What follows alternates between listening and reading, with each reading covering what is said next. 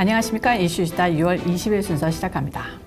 드디어 문제가 최초 제기된 지 거의 8년여 만에 바이든의 썩은 손가락 헌터 바이든이 자신의 죄를 인정했습니다. 세금 포탈 혐의, 불법 총기 취득 혐의 등 연방 사건의 유죄를 인정하고 합의하기로 한 겁니다. 솔직히 이것도 하나의 꼼수죠. 하원 다수당을 차지한 공화당이 워낙 거세게 밀어붙이니까 차라리 지금 유죄를 인정해 조금이라도 약한 것으로 잡혀 들어가는 게 낫겠다. 이런 식으로 판단한 것 같은데요. 대통령이 자기가 대통령 시절 보고 갖고 있던 문건 몇 장 가져왔다고 수백 년 징역형 처할 것처럼 난리치는 법무부와 좌파 언론. 과연 헌터 바이든에게는 유죄 인정과 함께 예상되는 플리딜, 즉 형량 협상으로 어느 정도의 죄를 물을까요? 저는 집행유예 예상합니다. 대놓고 솜방망이 처벌할 게 뻔한데요. 지켜보도록 하겠습니다. 소식 먼저 보면요. 팍스뉴스는 헌터가 연방소득세를 고의로 납부하지 않은 두 가지 혐의에 대해 유죄를 인정할 것이라고 오늘 확인했습니다. 헌터는 또한 약물 복용 및 불법 총기 소지 등 별도 혐의에 대해서도 유죄 인정할 것으로 동의한 것으로 알려졌는데요. 한마디로 법무부가 봐준다면 혐의들에 대해 유죄 인정 쿨하게 하겠다. 이런 식으로 선수를 친 거죠. 델라웨어주 검사 데이비드 C. 와이스는 헌터 바이든이 2017년과 2018년에 연간 150만 달러를 초과하는 과세 대상 소득을 받았다. 매년 10만 달러가 넘는 연방소득세를 납부해야 함에도 불구하고 그는 2해 동안 납부해야 할 소득세를 납부하지 않았다고 밝혔습니다. 또한 총기 정보에 따르면 2018년 10월 12일부터 10월 23일까지 헌터는 자신이 규제 약물 불법 사용자이자 중독자라는 사실을 알고 있음에도 불구하고 총기를 소지했다라고 덧붙였습니다. 와이스 검사는 유죄 판결을 받으면 헌터가 각 세금 혐의에 대해 최대 징역 12개월로 총 2년 징역형을, 총기 혐의에 대해서는 최대 징역 10년의 형을 받을 수 있다고 말했는데요. 이러면 토탈 14년 깜깜한 방을 갈 수 있는 죄인데요. 와이스 검사는 연방지방법원 판사가 양형 지침 및 기타 법적 요인을 고려한 후 형량을 결정할 것이라고 말했습니다. 헌터의 변호사 크리스 클라크는 헌터와 델라웨어주 검찰청 사이에 두 가지 합의가 발표됨에 따라 헌터에 대한 5년간의 수사가 해결된 것으로 알고 있다. 헌터는 형량 합의에 따라 납세 기한 내에 세금을 신고하지 않은 2건의 경범죄에 대해 책임을 져야 할 것이다 라고 말했습니다. 형량 합의의 대상이 아닌 총기 혐의는 정부에 의해 제기될 것이다 라고 덧붙였는데요. 이게 사실이라면 세금 포탈은 그냥 좀 설렁 넘어가지고 총기 혐의를 아주 가볍게 해줄 것이 뻔해 보입니다. 변호사는 헌터는 자신의 인생에서 혼란과 중독의 시기에 저지른 실수에 대해 책임을 지는 것이 중요하다. 그가 회복을 계속하고 나아갈 수 있기를 기대한다고 밝혔는데요.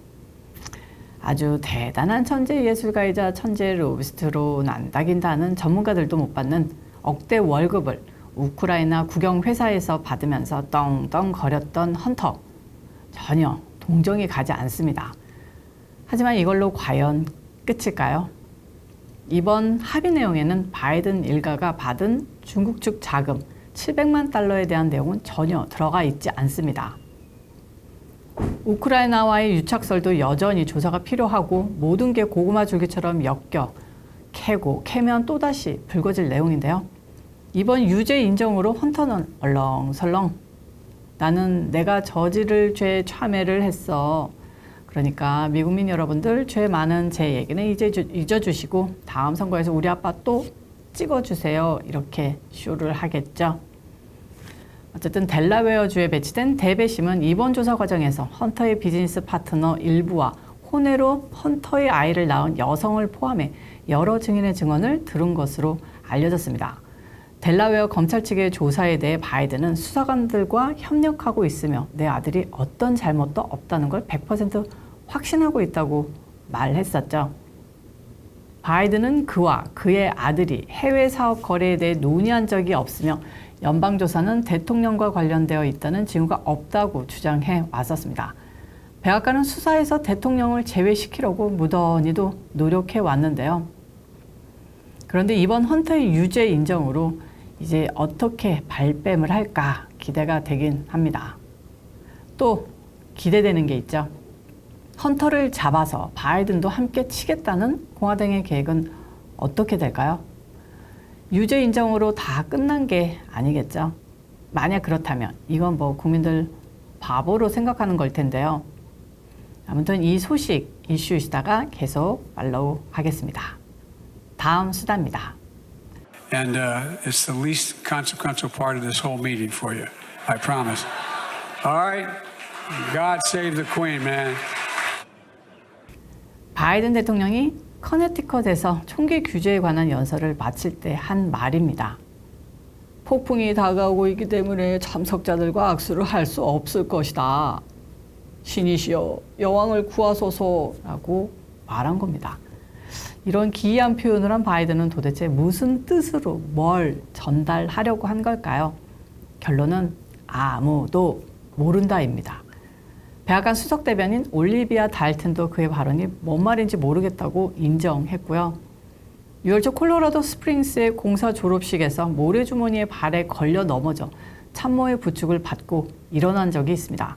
그는 올해 80세로 미국 역사상 최고령 현역 대통령으로 정신적, 신체적 상태에 대한 우려가 계속 제기되고 있는데요. 그런 그가 2024년 대선 재출마를 선언했으나 지지율은 계속 하락하고 있고 정신적으로 온전해 보이지도 않고 민주당 측은 완전 패닉 모드에 빠졌습니다. 패닉에 빠지면서 바이든의 유세가 진짜 침몰하고 있다는 징후들이 있다는데요. 한번 살펴보겠습니다. 첫 번째, 케네디 전 대통령의 조카이자 로버트 케네디 전 법무장관의 아들인 로버트 F. 케네디 주니어에 대한 겁니다. 현재 케네디는 민주당 예비선거 유권자의 15에서 20%를 확보하고 있는데요. 지지율 급상승을 보이고 있는 케네디를 빅미디어들이 동맹해서 그를 깎아내리기 위해 안간힘을 쓰고 있습니다. 뉴욕타임스는 그가 머스크와 함께 우익 사상과 잘못된 정보를 퍼뜨린다, 음모를 퍼뜨린다, 미치광이이고 폐쇄적 보수주의자이자 백인 우월주의자 등등 그런 기사들을 퍼뜨려서 이를 활용해 바이든을 띄우려 하고 있습니다. 두 번째로 또 깎아내리고 올라서야 할 사람을 캘리포니아 주지사 게빈 뉴섬으로 꼽았습니다. 게빈 뉴섬은 대선 민주당 경선 후보는 아니지만 그는 숀 해니티 폭스뉴스에 출연하는 등 대대적인 미디어 공세를 펼치고 있습니다.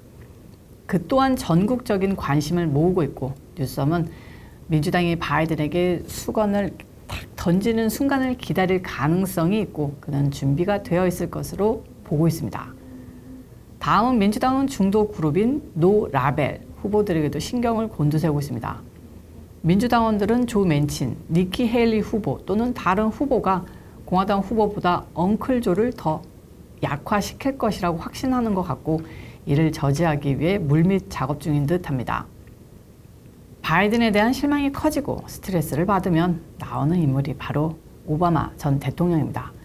바이든의 처지를 지탱해줄 인기 있는 오바마를 앞세워서 공화당 경선 후보인 팀 스캇 상원의원과 니키 헤일리 전 사우스캐롤라이나 주지사의 메시지를 비난하며 겨우 바이든 유세를 뒷받침하고 있는데요. 이처럼 바이든이 침몰하고 있다는 증거 중 하나가 오바마를 앞잡이로 세우고 있다는 겁니다. 민주당도 그를 필요로 하고 있다는 게 가장 핵심인데요. 바이든 재선을 위해 또 오바마를 등판시켜 바이든의 표를 얻어내려 안간힘을 쓰겠죠. 마지막 침몰의 징후는 바이든의 캠페인입니다. 재선을 향한 느려터진 걸음, 워싱턴 포스트조차 이렇게 표현하고 있습니다. 바이든은 아직도 선거사무소를 위한 공간도 마련하지 않았고 후보에게 가장 걱정스러운 많은 돈을 모금하지 않았다는 겁니다. 바이든은 재선 발표 후 아직까지 초기 모금 액수를 발표조차 하지 않고 있는데요. 워퍼는 지금까지 모은 금액은 매우 저조할 것이라고 언급했습니다. 바이든 정권과 민주당원들은 트럼프 전 대통령의 기밀문서 관련 기소로 그를 깎아내리고 본인은 올려보겠다고 하지만 그것도 생각처럼 돌아가지도 않고 있고 오늘은 사냥꾼이 유죄를 인정하면서 바이든의 대선에 걸림돌이 될 것이라는 보도들이 나왔습니다. 또한 공화당 후보들이 더 공격적으로 바이든의 경제, 국경, 범죄 등 상식적인 문제 해결책에 대해 몰아붙일수록 유권자들은 바이든이 다음 대선에 4년을 더 할 자격이 없다고 판단하게 될 것이란 전망도 내놨습니다. 오늘 이슈 이슈다는 여기까지고요. 시청해주셔서 감사합니다. 저는 다음 영상에서 찾아뵙도록 하고 여러분들 가시기 전에 좋아요 꾹 눌러주시기 바랍니다. 안녕히 계세요.